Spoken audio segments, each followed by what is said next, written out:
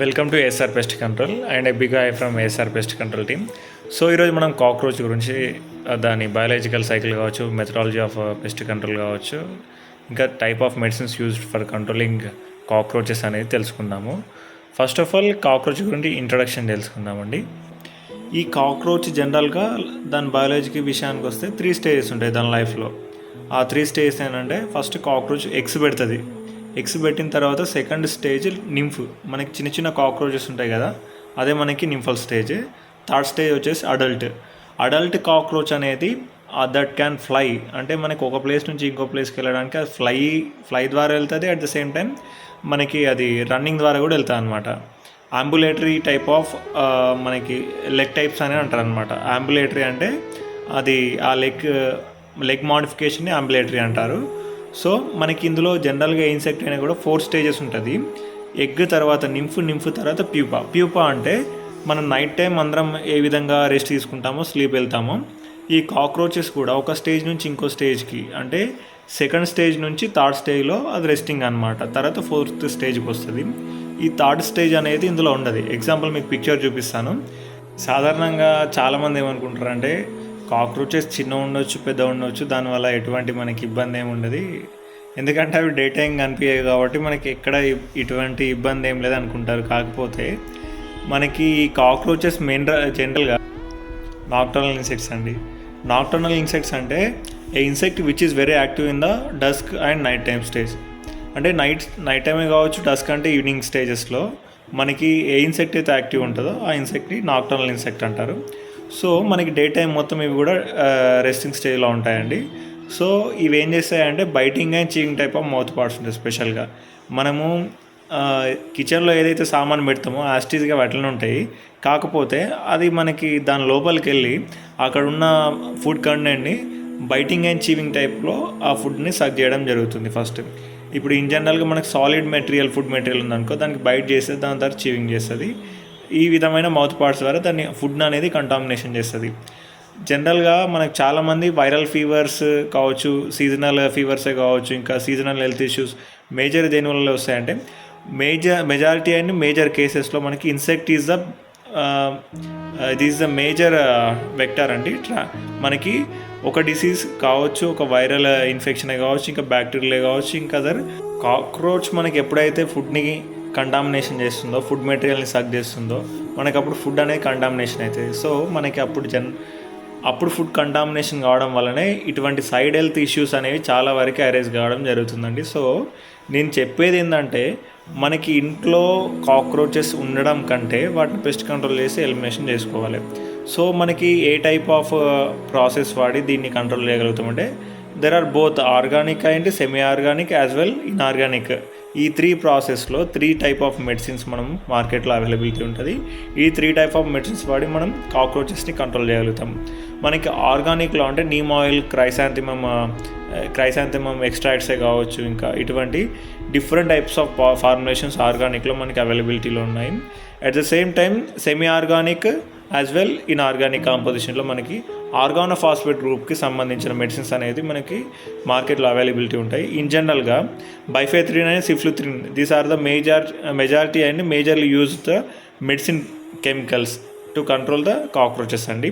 ఈ based on the మనకి certain dosage ద్వారా ఇవి వాడుకొని based on the ETL, economical threshold level, ETL అంటే ఇంకొకటి ఎకనామికల్ ఇంజురీ లెవెల్, మనకి ఇన్సెక్ట్ పాపులేషన్ని బట్టి ఈ డోసేజ్ అనేది మారుతూ ఉంటుందండి. When insect is below the ETL population level మనకి అది వెల్ అండ్ గుడ్, మన కంట్రోల్లో వస్తుంది, ప్లస్ పాపులేషన్ కూడా లిమిటెడ్లో ఉందని మీనింగ్. ఎకనామికల్ ఇంజురీ లెవెల్లో ఉందంటే the population is very huge and high in number.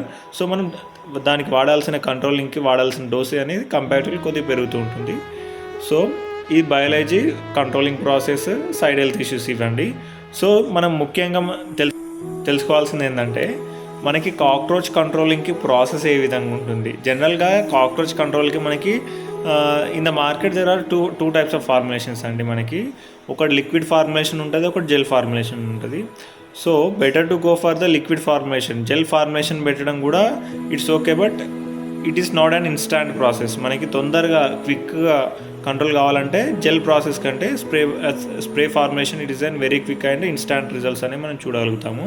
ఈ స్ప్రే ఫార్ములేషన్స్లో 99.5% of the cockroach initial stages నుంచి మిడిల్ స్టేజ్ వరకు దాని పాపులేషన్ కిచెన్లోనే పెడుతుంది.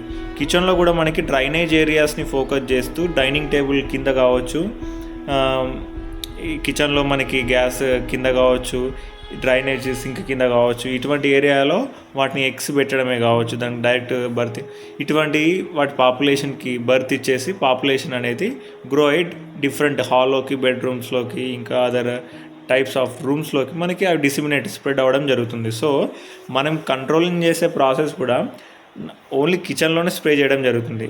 ఓన్లీ రేర్ కేసెస్లో అవుట్ ఆఫ్ 100% ఒక 2 to 5% కేసెస్లో బెడ్రూమ్లో కూడా ట్రీట్మెంట్ చేయాల్సిన అవసరం అది చాలా రేర్ కేసెస్లో ఉంటుందండి. మెజారిటీ 99% అనేది మనం కిచెన్లో ఎగ్జాంపుల్ కబోర్డ్స్ ఉన్నాయనుకుందాము, కబోర్డ్స్లో ఉన్న సామాన్ మొత్తం కూడా తీసేసుకొని ఆ మెటీరియల్ మనం వేరే సైడ్ షిఫ్ట్ చేసేసుకొని దానికి నీట్గా ఈ మెడిసిన్ అనేది స్ప్రే చేసుకోవచ్చండి. సో మెడిసిన్ మొత్తం స్ప్రే చేసిన తర్వాత అట్లీస్ట్ ఒక 1/2 hour to 1 hour గ్యాప్ ఇచ్చేసి అది మనకు డ్రై అయిపోయిన తర్వాత after that we can go for the cleaning process తర్వాత యాజ్ యూజువల్గా మన మెటీరియల్ అన్నీ కూడా అరేంజ్ చేసేసుకుంటే మనకి ఈ ప్రాసెస్ కంప్లీట్ అయినట్టే. ఈ ప్రాసెస్ చేసుకున్నట్టయితే మ్యాక్సిమం పాపులేషన్ కంట్రోల్లో ఉన్నట్టే. అయితే ఈ ప్రాసెస్ చేసినా కూడా ఇంకా కంట్రోలింగ్ రాలేదు అని కొంత నెగిటివ్ కేసెస్లో ఉంటే మనకి వాటి టార్గెటింగ్ సైట్స్ అనేవి మనం మేజర్గా ఫైండ్ అవుట్ చేయాలి. అవి ఎగ్స్ పెడుతూ ఉంటాయి కదా, అవి డార్క్ ప్లేసెస్లో ఎగ్స్ పెట్టడం జరుగుతుంది. సో ఎగ్స్ అనేది మనకి కిచెన్కి మాత్రమే లొకేట్ అయి ఉన్నాయా, ఇంకా వేరే డ్రైనేజ్ ఏరియాస్ కూడా లొకేట్ అయి ఉన్నాయా అని ఒకసారి కన్సర్న్ చేసి చూసుకోవాల్సిన రీవెరిఫై చేసుకున్న అవసరం ఉంటుంది. రీవెరిఫై చేసుకుంటే మనకి పాపులేషన్ ఉంటే మనం దాన్ని ఏ విధంగా కంట్రోల్ చేయాలో మనకు ఒక ఐడియా వస్తుంది. సో ఇదండి ఓవరాల్గా కాక్రోచ్కి సంబంధించిన బయాలజికల్ లైఫ్ సైకిలే కావచ్చు, దాని ప్రాసెస్ ఆఫ్ కంట్రోలింగ్ కావచ్చు, టైప్ ఆఫ్ మెడిసిన్స్ యూజ్డ్ కావచ్చు, కాక్రోచ్ వల్ల కలిగే సైడ్ హెల్త్ ఇష్యూస్. ఇంకోటి చెప్పడం మర్చిపోయాను, చాలామంది మార్కెట్లో మనకి ఇన్స్టాంట్గా దొరుకుతాయని చెప్పి స్ప్రే బాటిల్ తెచ్చుకుంటారు, హీట్ బాటిల్స్. అందులో యాక్చువల్గా ఒకటి గుర్తుంచుకోండి, దానికి active ingredient composition, A type of medicines అందులో యూజ్ చేసినారో మనం ప్రతి ఒక్కరు కూడా చదవాలండి. అసలు చాలామంది కస్టమర్స్ ఎటువంటి ప్రికాషనరీ మెజర్స్ చదవకుండా అది క్విక్ మినిమం ఆఫ్ 200 to 300 400 తక్కువకు వచ్చేస్తుందని తెచ్చుకున్నారు. కాకపోతే ఇంట్లో చిన్నపిల్లలు ఉన్నా, ఆస్తమా పేషెంట్స్ ఉన్నా, ఎల్డర్ పీపుల్ ఉన్నా కూడా దాని సైడ్ హెల్త్ ఇష్యూస్ అనేవి చాలా ఉంటాయండి. ఎందుకంటే అందులో యూజ్ చేసే యాక్టివ్ ఇంగ్రీడియంట్ కాంపోజిషన్ కంటే ఎల్పిజి కాంపోజిషన్స్ కావచ్చు, ఇంకా inorganic composition like petroleum, kerosenated carbons అందులో అడ్మిక్చర్గా యూజ్ చేస్తారండి. సో వన్స్ ఒక్కసారి ప్రికాషనరీ చూసుకొని మనకి అటువంటి మ్యాక్సిమం అవాయిడ్ చేయాలండి.